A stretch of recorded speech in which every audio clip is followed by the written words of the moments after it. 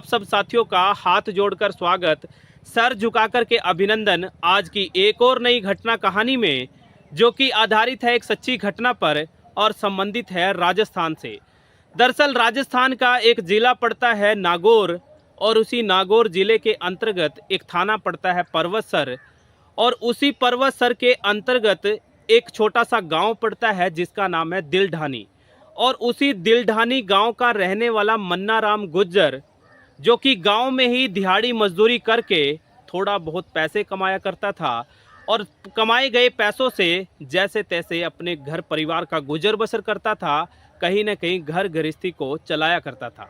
परिवार की बात करें तो परिवार में उसकी पत्नी है और 6 बच्चे हैं। 6 बच्चों में 3 हैं लड़के और 3 हैं लड़कियां। साथियों, मैं बात कर रहा हूं 10 साल पहले, जब मन्ना राम गुज्जर अपनी दिहाड़ी मजदूरी पर यानी काम पर गए हुए थे और ऊंचे पर्वत से पैर फिसलने से उसका जो सर है वो नीचे पड़े पत्थरों पर जा टकराता है और कहीं ना कहीं वो बुरी तरीके से चोटिल हो जाता है, जख्मी हो जाता है। आनन फानन में जो उसके सहयोगी थे, साथी थे, उसको जा कर के हॉस्पिटल में भर्ती कराते हैं।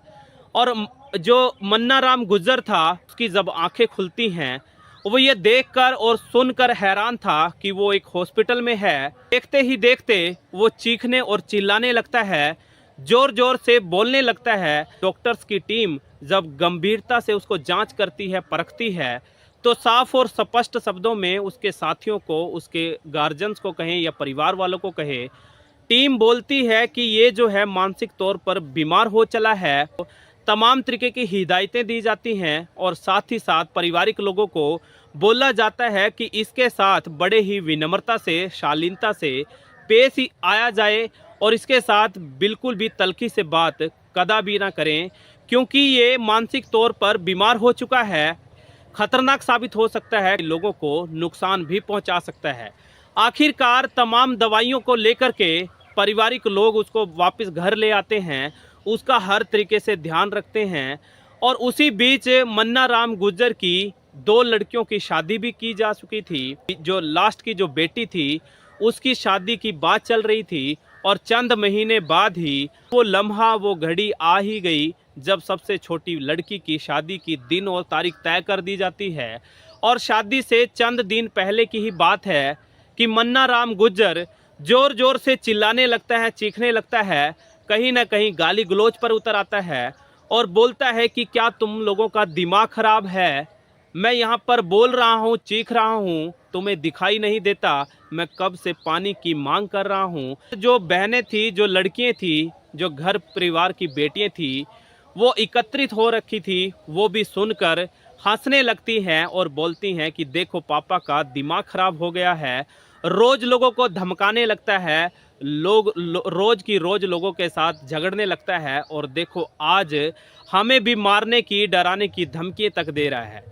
फिर उन बच्चों की माँ उठ खड़ी होती है और बड़ी जल्दबाजी में किचन की तरफ भागती है, वहाँ से पानी गिलास भरकर उस मन्ना राम गुज्जर की तरफ परोसती है। और मन्ना राम गुज्जर, जो कि पहले से ही गुस्से से लाल हो रखा था, वो उस पानी के गिलास को पकड़कर दूर लोगों की तरफ फेंक देता है। लोग ये देखकर समझ नहीं पा रहे थे कि आखिरकार हो क्या रहा है। मन्ना राम गुज्जर बोलता है कि मुझे छोटी लड़की के हाथों से ही पानी पीना है, लेकिन छोटी बेटी बोलती है कि पापा मैं पानी तो ज़रूर दे देती, लेकिन मेरे हाथों में मेहंदी लगी हुई है, इसलिए आज आपको मम्मी के हाथ का ही पानी पीना पड़ेगा। कुल मिलाकर के मन्ना राम गुज्जर शांत हो जाता है और बिना पानी पिए अपने कमरे में जाकर लेट जाता है, सो लेता है। कहीं चंद घंटों बाद ही आखिरकार पारिवारिक लोगों को, साथ ही साथ पड़ोसियों को चीखने और चिल्लाने की आवाज पुनः सुनाई देने लगती है। लोग बीच बचाव में हाउ हल्ला कर रहे थे, मदद की गुहार लगा रहे थे, आग्रह कर रहे थे। पड़ोसियों के मुताबिक, चश्मदीद के मुताबिक, वो मन्ना राम गुज्जर एक कमरे से दूसरे कमरे में, दूसरे कमरे से तीसरे कमरे में इधर उधर टहलते देखा जा रहा था और उसके हाथों में तेजदार हथियार के तौर पर कुल्हाड़ी थी और कुल्हाड़ी पे खून लगा हुआ था, कहीं ना कहीं खून सना हुआ था। और लोग जो है दूर से ही अनुमान लगा रहे थे कि हो ना हो बहुत बड़ी घटना और कहानी मन्ना राम गुर्जर के द्वारा अपने ही पारिवारिक लोगों के साथ घट चुकी है। परिवार के लोगों की आवाज़ सुनकर, शोर शराबा सुनकर दूर दराज के लोग भी जुट चुके थे और जब पारिवारिक लोगों के साथ साथ आस पड़ोस के लोग कमरे में जाकर देखते हैं तो देखते ही उनके कदमों से ज़मीन सरक जाती है कि कमरे में एक नहीं, दो नहीं, बल्कि चार चार लाशें पड़ी हैं। सारी लाशें खून से लथपथ हैं, पूरा कमरा खून से सना हुआ है। यानी कि मन्ना राम गुर्जर ने एक नहीं, दो नहीं, एकदम 4 लोगों को मौत के घाट उतार दिया और किसी को कानो कान खबर नहीं हुई। तो साथियों, पारिवारिक लोगों की तहरीर पर या फिर चश्मदीद लोगों की बयानबाजी पर नज़दीकी थाने में इतला दी जाती है, सूचना दी जाती है और सूचना पाते ही भारी पुलिस फोर्स मौके वारदात पर घटनास्थल पर पहुंच जाता है।